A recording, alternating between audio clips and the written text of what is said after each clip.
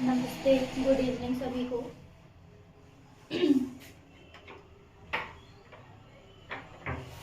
चलिए, आज हम व्हीटस्टोन सेतु के बारे में पढ़ेंगे। इससे पहले मैंने अपनी पिछली क्लास में किरचॉफ के नियम को समझाया था और उसी के दूसरे नियम के सिद्धांत पर ही हमारा क्या करता है, व्हीटस्टोन सेतु कार्य करता है। तो हम देखते हैं कि व्हीटस्टोन सेतु है क्या आखिरकार।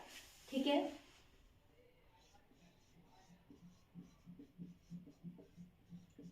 व्हीटस्टोन सेतु बहुत ही इम्पोर्टेंट टॉपिक है ये मान के चलिए कि 99% आपका इससे न्यूमेरिकल या डेरिवेशन कुछ भी इससे रिलेटेड एक क्वेश्चन पेपर में आता ही आता है। ठीक है, तो आपका व्हीटस्टोन सेतु क्या है, सबसे पहले हम यहाँ देखते हैं।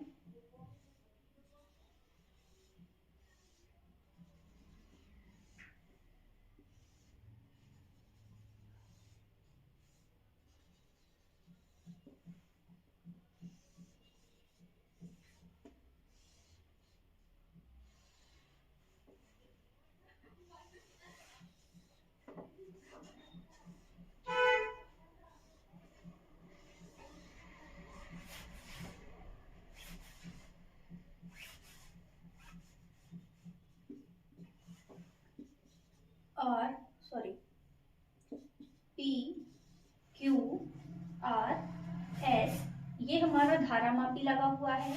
ये आपकी बैटरी है। ठीक है, कुंजी K1 कुंजी K2। ठीक है, यहाँ से बैटरी में जो धारा निकली, आई धारा निकली, आई करंट जब यहाँ से ये क्या है, ज्वाइंट है, तो ये हमें मालूम है कि यदि आपका कोई भी रेजिस्टेंस पैरेलल कॉम्बिनेशन में है, समांतर क्रम में है, तो आपकी जो करंट होती है, धारा होती है, वो कैसी होती है, अलग अलग होती है। अब ये आपका क्या है, ज्वाइंट है यहाँ पे, तो यहाँ से मान लीजिए कि करंट I1 जा रही है और इस वाले रेजिस्टेंस में करंट I2 जा रही है। ये करंट आपकी इससे होते हुए इसमें पहुंचेगी। ठीक है, और ये वाली करंट इसमें आएगी। हमने मान लिया कि इसमें जो करंट जा रही है वो IG करंट जा रही है। ठीक है, धारा मापी की धारा मतलब IG करंट इसमें जा रही है। ठीक है, तो समझ लेते हैं कि व्हीटस्टोन सेतु होता क्या है, कि व्हीटस्टोन सेतु में क्या है कि संतुलन की स्थिति में किसी क्या कहते हैं, सॉरी, हाँ, किसी चतुर्भुज की, ठीक है, दो संलग्न भुजाओं के बीच लगे प्रतिरोधों का अनुपात शेष दो भुजाओं में लगे प्रतिरोधों के अनुपात के कैसे होता है, बराबर होता है। आपके ये जो PQRS दिए गए हैं, ये क्या है, आपके रेजिस्टेंस है, प्रतिरोध है ये आपके। ठीक है, तो संतुलन की स्थिति में आपका क्या होता है कि इनका जो रेशियो होता है, अनुपात होता है, वो कैसा होता है, बराबर होता है। ठीक है, तो आपका क्या है संतुलन की स्थिति में कि किसी चतुर्भुज की संलग्न भुजाओं में लगे प्रतिरोधों का जो अनुपात है वो शेष दो भुजाओं में लगे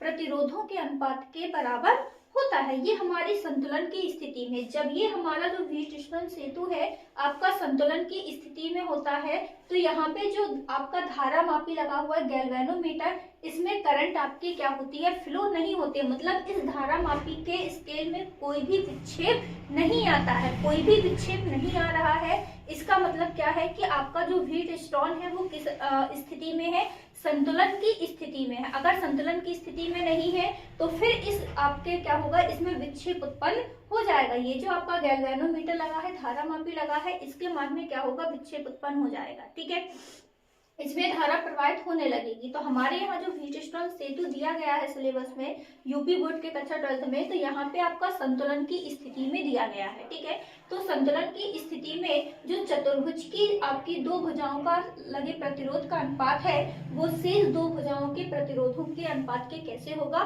बराबर होगा। ठीक है, हम इसको सॉल्व कैसे करते हैं, मैंने बताया कि ये जो इसका सिद्धांत होता है वो किसके सिद्धांत पे कार्य करता है, किरचॉफ का दूसरा नियम। किरचॉफ का दूसरा नियम क्या था, लूप का नियम। लूप का नियम मैंने पिछली क्लास में इसको एग्जांपल देके भी बताया था कि लूप को कैसे सॉल्व करते हैं। ठीक है, तो हमको इसको क्या करना है, प्रूफ करना है।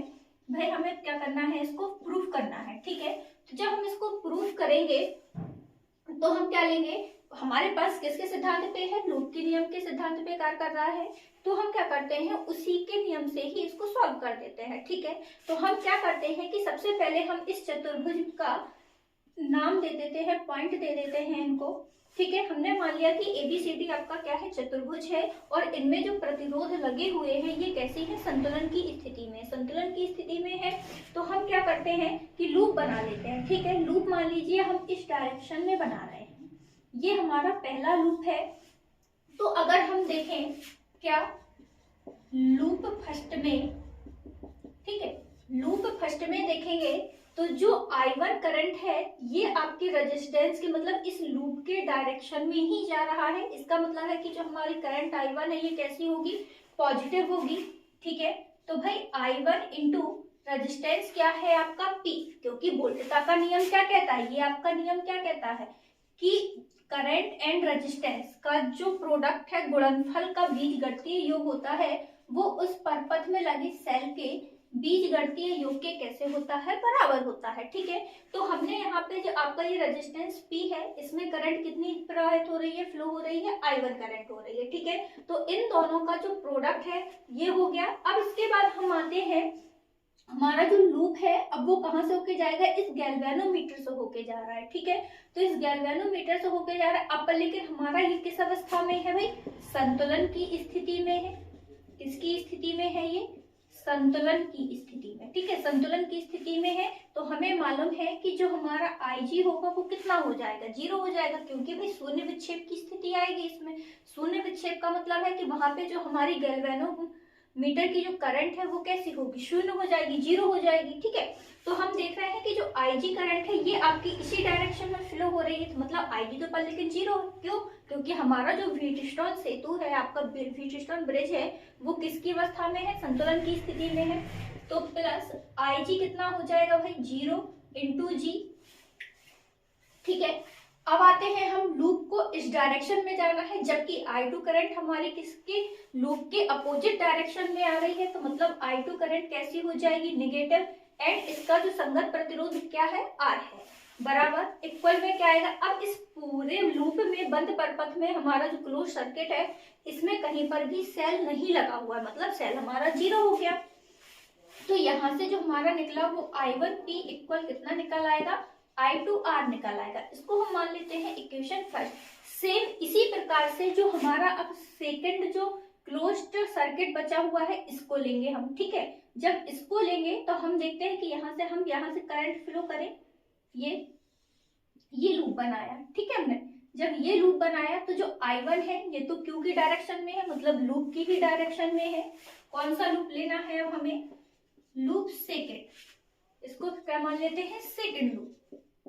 ठीक है, सेकेंड लूप में लेंगे तो जो I1 है ये तो हमारी इसी के डायरेक्शन में है। ठीक है, अब यहाँ आते हैं इस वाले रेजिस्टेंस में, तो यहाँ पे करंट हमारी इस ऊपर की तरफ फ्लो हो रही है, जबकि लूप हमारा नीचे की तरफ आ रहा है, मतलब I2 कैसा हो गया भाई, निगेटिव हो गया।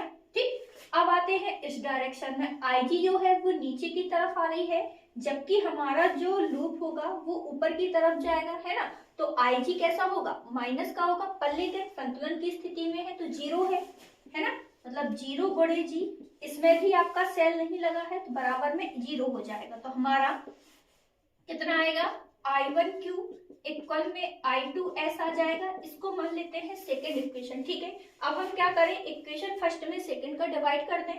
ठीक, क्या करना है भाई, यहाँ पे किए दे रहे हैं, हमने क्या किया, equation first divided by equation second. ठीक है, सेकेंड से डिवाइड करेंगे तो I1P अपॉन I1Q इक्वल हो जाएगा किसके, I2R अपॉन I2S के। तो भाई I1 से I1 कैंसिल हुआ, I2 से I2 कैंसिल हुआ, तो हमारा क्या निकल आया, P अपॉन Q इक्वल में R अपॉन S निकल आया। हमने प्रूफ कर दिया कि किसी भी चतुर्भुज की संलग्न भुजाओं में लगे दो प्रतिरोधों का अनुपात शेष भुजाओं में लगे दो प्रतिरोधों के अनुपात के बराबर होता है। कब होता है, जब ये आपका संतुलन की स्थिति में, ये ध्यान देना है कि ये संतुलन की स्थिति में ही ये इनके रेशियो इक्वल होते हैं। अगर ये संतुलन की स्थिति में नहीं है तो ये रेशियो भी इक्वल नहीं आएंगे।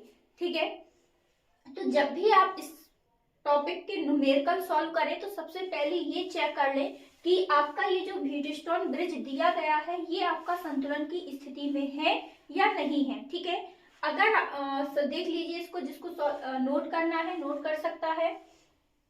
अगर आपको समझ में आ गया है तो प्लीज इसको कमेंट लाइक शेयर जरूर कर दें, ताकि मुझे भी पता चलता रहे कि आपको समझ में, मेरा पढ़ाना समझ में आ रहा है। ठीक है,